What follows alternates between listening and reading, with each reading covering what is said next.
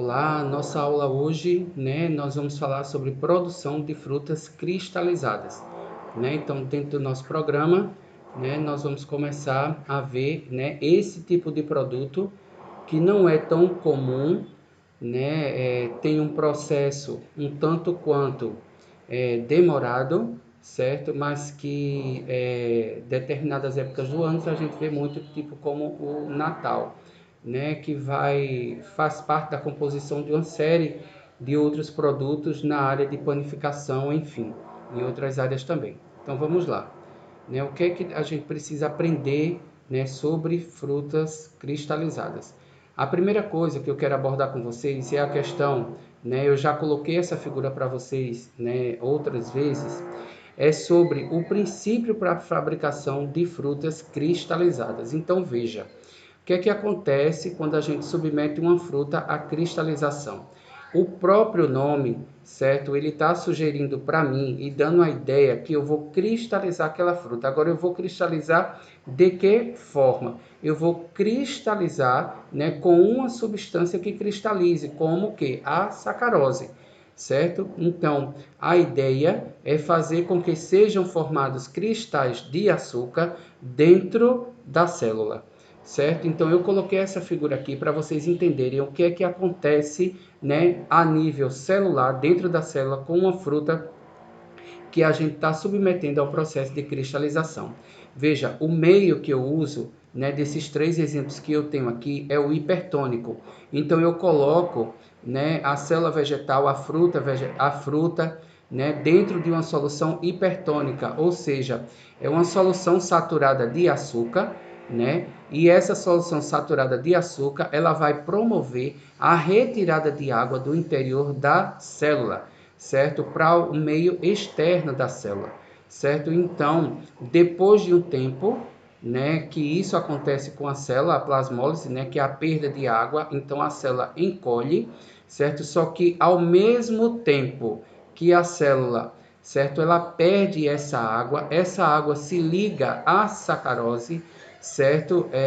Do meio externo, e essa sacarose do meio externo, certo? Ela troca e ela entra, no interior da célula. Então, toda a água que tem aqui no interior da célula é ligada a moléculas de açúcar, certo? Promovendo, uma entrada de sacarose aqui dentro. Então, promovendo a entrada de sacarose dentro da célula, certo? Então, assim, a célula ela vai encolher porque ela vai estar no meio hipertônico, certo? Por quê? Porque esses produtos vegetais, quando eles perdem água, a água que entra, ou a substância que entra, ela nunca consegue repor ou tomar o mesmo lugar, o mesmo espaço, entrar na mesma quantidade que perdeu, certo? Não tem como, Isso é biológico, Não existe, tá? Então, mas entra assim, troca assim uma parte. Então, a célula, a solução de sacarose vai funcionar como meio isotônico,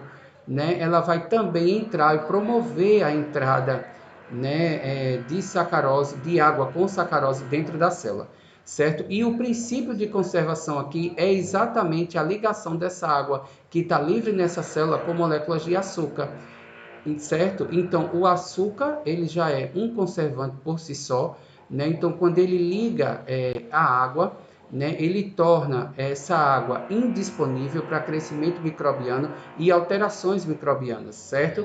Agora, vejam, não é por isso que fruta cristalizada não vai poder ter alteração, Outras fontes de contaminação, como, por exemplo, micro-organismos que têm afinidade por açúcar. Isso pode acontecer, certo? Mas o que eu quero abordar aqui com vocês é que o princípio da conservação é a ligação dessa água que tem no interior da célula com as moléculas de sacarose. Então, se vocês forem perguntados ou abordados, sobre o princípio de conservação, o princípio de fabricação de frutas cristalizadas, então você vai explicar que é feito pelo processo de osmose, certo? Que troca, com solução hipertônica, de sacarose, certo? E aqui tem uma coisa que eu já quero adiantar para vocês, essa solução hipertônica, ela vai ser o fruto, né, a fruta vai ser submetida, a célula da fruta vai ser submetida gradativamente. Então, não adianta eu imergir, né, a minha fruta numa solução, por exemplo, de 80% de açúcar, né, que não vai dar certo. Né? O que é que tem que acontecer? Você tem que ir adaptando essa célula, né, às condições, né, da sua fabricação ou do seu meio. Ou seja, se seu objetivo final é uma solução de 80% de açúcar, você vai começar com uma solução de 20 por um tempo, aí depois você vai trocar para uma solução de 40, depois para uma de 60 e finalmente para uma de 80. Ou seja, você vai aumentar gradativamente. Por quê? Porque se você imergir, né, rapidamente numa solução de 80, o que é que vai acontecer? Você não vai ter, né, o produto que você quer no final, certo? Você vai promover a quebra, a ruptura ou o murchamento, né, sem troca isotônica, né, entre a parte externa com a parte interna, certo? Então, isso deve acontecer gradativamente até que a célula se acostume, né, e não tenha uma mudança brusca, né, de um meio, né, hipertônico, porque isso causaria, né, uma ruptura da estrutura celular e não daria o produto, né, com as condições que você precisa.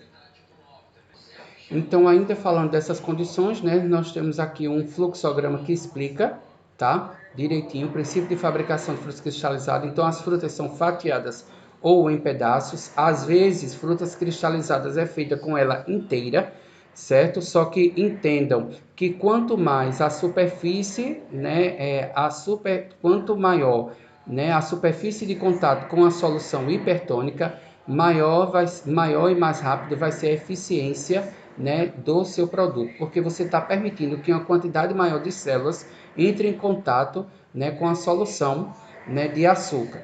Então, depois você coloca, né, essa fruta fatiada ou em pedaços, né, dentro das soluções hipertônicas, né, que é uma calda de açúcar, que ele não fala concentração, né.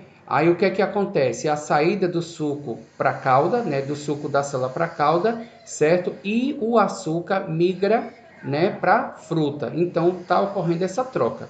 Depois, no final, o que é que você vai ter? Um equilíbrio entre fruta e calda, certo? Então, quando a fruta e calda chegam ao equilíbrio, aí chega a hora de você aumentar a solução hipertônica. Por exemplo, você começou aqui com a solução de 20, né? Entrou em equilíbrio, aí depois então você vai o que? Repetir o mesmo processo, só que para uma solução hipertônica mais concentrada, de 40, de 60 e assim por diante, certo? Então é isso que vai acontecer. Então vamos lá, vamos seguir. Então, segundo a resolução, né, fruta cristalizada, a resolução é a número 15 de 1977 da CNPA. Fruta cristalizada ou glaciada é o produto preparado com frutas, atendendo às definições destes padrões, nas quais se substitui parte da água de sua constituição por açúcares, por meio de tecnologia adequada, recobrindo-as ou não com a camada de sacarose. Então, essas que são recobertas com a camada de sacarose são glaciadas, tá? E essas que não são o que? Cristalizadas, certo? Então, a ideia é essa, é substituir uma parte da água que tem dentro da fruta por sacarose, certo? Ou por outros como glicose, frutose, enfim, né? Depende do seu objetivo, né? Da empresa, né, do método de fabricação que você vai aplicar, certo? Mas esse é o princípio, tá? Então, segundo a resolução, né, a classificação pode ser feita, né, em simples ou mista. Simples é quando ela é preparada de uma única espécie de fruta e mista quando ela é preparada com duas ou mais espécies de frutas, tá? A forma de apresentação, né, ela pode ser apresentada cristalizada, né, ou glaciada. A cristalizada, gente, é essa forma, né, mais simples que a gente encontra no supermercado, né? Essa forma glaciada, você logo percebe a diferença porque ela tem uma recoberta com a calda de sacarose, certo? Então, as cristalizadas é quando coberta com uma camada de cristais de açúcar, né? E as glaciadas quando recoberta com uma camada supersaturada contínua de açúcar, certo? Então, é completamente diferente. As glaciadas, elas são opacas, né? As cristalizadas, elas são brilhosas, ok? Então, vamos continuar, certo? Então, quanto à composição, né? Os ingredientes obrigatórios que devem fazer parte, né, da produção, né, para o produto ser denominado frutas cristalizadas, né? Então, são as partes comestíveis de frutas, né, inteiras ou em pedaços, né, frescas, congeladas, desidratadas em conservas ou por meios preservadas, né? E sacarose. Então, é a fruta e a sacarose. Veja, existem processos, como na produção de picles e chucrute, que a gente pode usar com a casca. Já que, né, o meu interesse é fazer com que a água do interior da célula da polpa, né, cristalize. Então, assim, a casca não é interessante porque ela vai impedir esse contato, né? Não é interessante porque ela impede esse contato, né? Então, é muito mais eficiente, é muito mais rápido, né? O produto fica muito mais agradável quando ele é feito, né, sem a casca, certo? Ingredientes opcionais: o açúcar invertido pode ser usado, ou lactose, frutose, glicose, né, e os seus xaropes, né, os seus respectivos xaropes, e especiarias, né, seus óleos essenciais e extratos naturais, quando usados como condimento, certo? E aí fica livre para qualquer empresa criar o seu produto, desde que respeite, né, se ter fruta ou e sacarose, né, na Constituição, certo? E aqui eu trouxe exemplo, né, de desidratadores, né, que são usados, né, para a produção, né, de frutas cristalizadas, porque tem esses produtos, né, frutas cristalizadas, glaciadas, eles têm uma umidade inferior a 25%. Então, veja, a gente pega uma fruta, né, que tem um teor de umidade altíssimo, né, dependendo da fruta, 90, 95% de umidade, e a gente troca uma boa parte dessa água por açúcar, né, por solução de água com açúcar, né, mas depois a gente tem que submeter a uma desidratação para dar, né, a finalização do produto. Então é feito com produtos desse daqui, com desidratadores, ok? Então vamos caminhar. Então, ó, fatores, né, essenciais na qualidade desses produtos. Então aqui, gente, essa foto que vocês estão vendo aqui é de frutas cristalizadas, certo? E não glaciadas. Veja que é completamente diferente, né? Elas são brilhosas, né? E daí você já vê a diferença, certo? Essas aqui, ó, tem as cores, né, preservadas de uma forma melhor do que essas aqui, certo? E se você perceber, tem dessas aqui, ó, que tem casquinha também, como essa daqui, ó. Isso aqui é quando a casca é muito fina, certo? E não vai interferir no processo. Então, os fatores essenciais de qualidade, no caso desses produtos, é a cor, né, que tem que ser característica da fruta, com tecnologia de fabricação utilizada, o sabor e o odor, que é característico dos ingredientes utilizados, certo? Mas aqui é evidente que se tem, né, uma perda muito grande, né, do sabor e do odor da fruta, né? Isso devido ao processo ela vai perdendo, certo?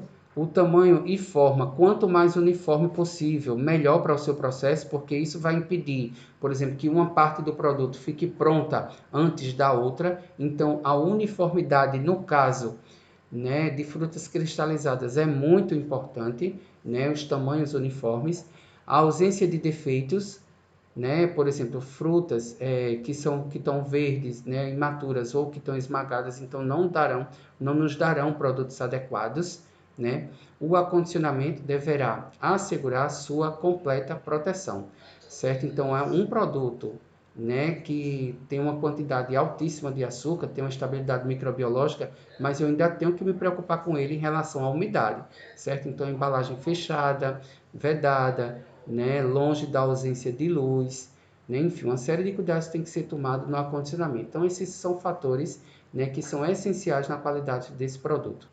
Então, ainda segundo a resolução, né, tem alguns aditivos, né, que eu posso acrescentar, né, na fabricação das frutas cristalizadas. Por exemplo, Aditivos intencionais, né, antioxidantes, né, como por exemplo o ácido ascórbico, certo? Numa concentração de 500 miligramas por quilo, tá? E conservadores, posso usar o ácido sórbico, né, e seus sais de cálcio, potássio e sódio, certo? Então, 1000, né, miligramas por quilograma, certo? Então, aqui são os aditivos que são permitidos no caso, né, desses produtos.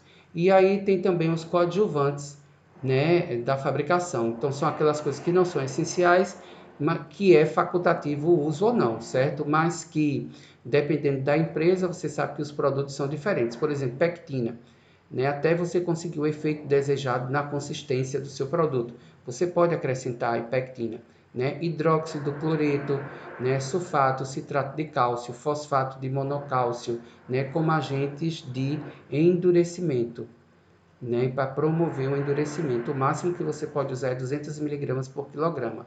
Goma arábica, né, para fixação dos cristais de açúcar, né, ácido cítrico, ácido tartárico e seus sais de cálcio, potássio e sódio na quantidade necessária para ajustar o pH do produto, né, porque durante o processamento você vai tendo uma perda, né, da acidez desse produto, isso é normal, né? Porque durante o processo de cristalização você tem um aquecimento e você sabe que as substâncias antioxidantes elas são termossensíveis, né? Carbonatos, bicarbonatos de potássio e sódio na quantidade necessária para ajustar e corrigir o pH do produto, certo? Então, são todos os coadjuvantes que são permitidos em legislação para ser usado, né? Que podem ser usados na fabricação desses produtos. Então, vamos seguir. Outro fator importante, né, na produção de frutas cristalizadas é a higiene, tá? Então, existem padrões, né, que devem ser seguidos pela indústria de uma forma geral, né, e alguns específicos, né? Por exemplo, a lavagem ela tem que ser bem feita para evitar sujidades, né? Você vai lá cristalizar, né, uma fruta com uma sujidade, né, na superfície dela, né? Isso não vai ser legal, não vai ser adequado. Então, em relação à higiene, existem alguns critérios que devem ser seguidos, né? Não apresentar sujidades, parasitas, partes de insetos, fungos, fermentação, leveduras, detritos de animais ou vegetais e outras substâncias estranhas. Então, a fruta ela tem que estar sã, né, em bom estado de conservação, né, e adequada para esse tipo de processamento. Você nem pode ter uma fruta muito madura, né, nem uma fruta muito verde, tá? Não apresentar micro-organismos em desenvolvimento sob condições normais de armazenamento. Não apresentar germes patogênicos ou substâncias tóxicas elaboradas por micro-organismos em quantidades que possam torná-los nocivos à saúde humana, certo? Então, é ter, né, o máximo de cuidado para evitar uma contaminação microbiana, né, desse produto. Então, em relação à rotulagem, né, eu até vou subir aqui para vocês verem, né, 3 exemplos que eu coloquei aqui de rótulos, né, dessas frutas, né, as 3 embalagens, né, se apresentando de forma diferente, né? Então, na rotulagem, ela deve conter a designação correta do produto, de acordo com o presente padrão, né? Principalmente se for mista, né? Ó, mistas em cubinhos, tá? Então, tem que designar a relação das frutas e outros ingredientes empregados em ordem de proporção decrescente, né? Isso é normal de todo o processo de rotulagem. Então, quando você vai descrever os ingredientes, você começa do que tem maior quantidade para o que tem menor, né? A indicação das frutas empregadas só será permitida quando o peso das mesmas representar no mínimo 3% do peso líquido total, certo? Então, quando for maior, né, do que 3%. A classificação do produto conta a qualidade quando esta for estabelecida em conformidade com o padrão de identidade e qualidade específico para o produto, né? Tipo assim, frutas cristalizadas tipo A, tipo B, enfim, né? Ele está falando desse tipo de classificação. A identificação da fabricação, vencimento, peso e valor nutricional, né? Entre outras informações. Então, quanto mais você enriquece, né, dá mais informação sobre o seu produto, você deixa o consumidor mais consciente do que ele está adquirindo e mais seguro para ele consumir, né? O investimento que a empresa faz. E aí nós temos, né, agora os métodos de análise que são usados, né, para determinar a qualidade desses produtos. Né? Primeiramente, é claro, né, a inspeção externa e interna da embalagem, então é aquela avaliação sensorial, né, do que você está vendo, a avaliação dos fatores de qualidade de uma forma geral, certo? Se ganhou umidade ou se ficou muito mole, enfim, né, se perdeu a estrutura, né, a questão de umidade, né, determinação de peso líquido, a proporção das frutas utilizadas, né, os aditivos e contaminantes, se não tem algum que não seja permitido pela legislação, o exame microscópico, né, o exame microbiológico. Então, todas essas são análises que são usadas, né, para avaliar a qualidade, né, de frutas cristalizadas, certo? Então, os processos, gente, que são usados, né, para a fabricação de frutas cristalizadas, você pode ter as cristalizadas, que são essas comuns, são essas brilhantes, né, como tem aqui, né, que são as recobertas com uma camada fina de cristal de açúcar,